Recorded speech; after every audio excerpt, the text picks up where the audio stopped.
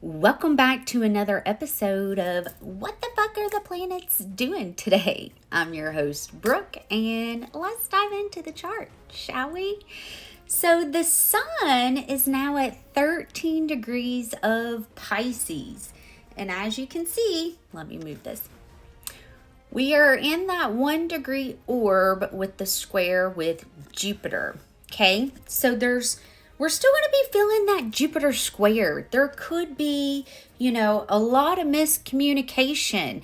The energy for today, there's a lot of squares in the astrology. So there could be a lot of miscommunication. There could be a lot of harsh conversations that take place today, specifically with this square here with the sun and Jupiter, and also Mercury has ingressed into 0 degrees of Aries. Okay, so Mercury in Aries can be very harsh with their words, very direct, very straightforward. It can almost feel like a bulldozer, like I am going to attack you. Okay, so because we do not have the best energy for today, the best way to work with this is to pause, is to ground, is to get centered in your heart. I have said this numerous times and I'm going to say it again. If it doesn't matter in 5 minutes, 5 years, let the shit go. Okay? There could also be injuries to the actual head, okay, because we do have Venus at 0 degrees Aries, and we also, Mercury at 0 degrees Aries, and then we have Venus retrograde at 10 degrees Aries. So Aries rules the head, okay? Keep that in mind, all right? Watch your words. Words could be very painful today, okay? Especially if you're unconscious.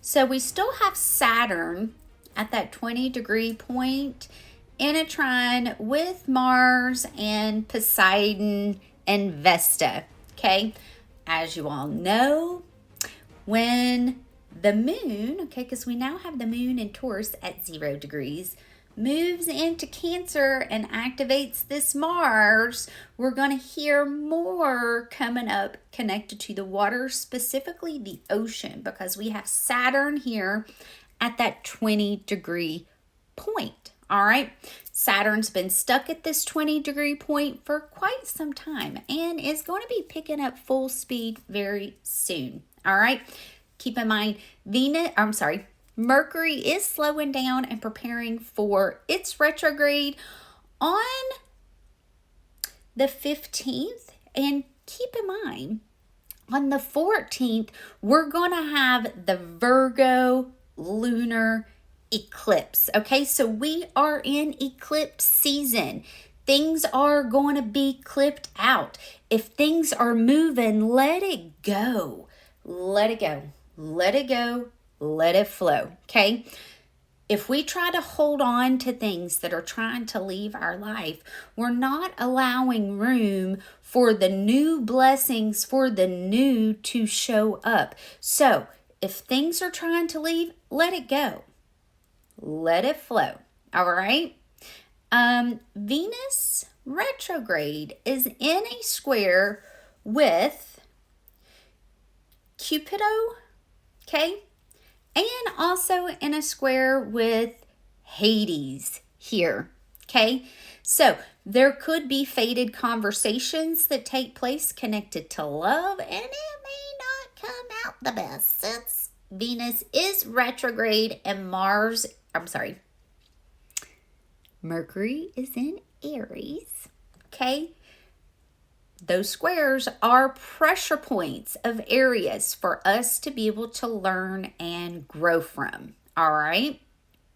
Now, the moon is at 0 degrees of Taurus.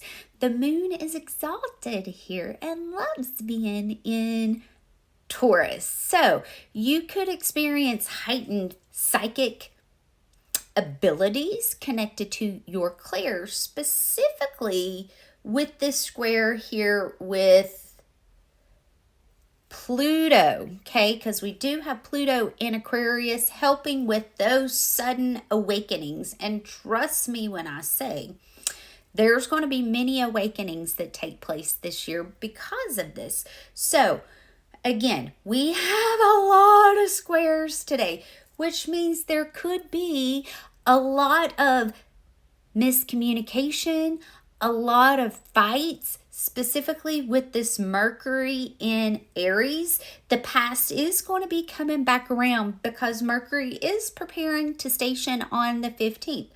Now, we have Lilith that has now retrograded in Libra to the 4-degree point and is in a square with White Moon Selena. So, again, like I was saying, we have a lot of squares and a lot of opportunities for growth. If you are leaning into the lower side of that Lilith and you are ready to burn, ready to destroy, and this is going to be the lower vibration of Mercury and Venus as well. If you are ready to destroy any and all relationships, it could come back to bite you, okay? So just remember to pause, ground, go outside and take a walk. Your mind could actually be very active today too, okay? Because Mars, the ruler of Aries, is, hey, let's move forward. Let's take action. Let's do everything that needs to be done, all right? Uranus is still in a trine with the South Node. So this is where sudden, and also in a trine with part fortune, this is where sudden healing can take place. This is where sudden illness can take place, specifically if you have any planets in these degrees here, all right?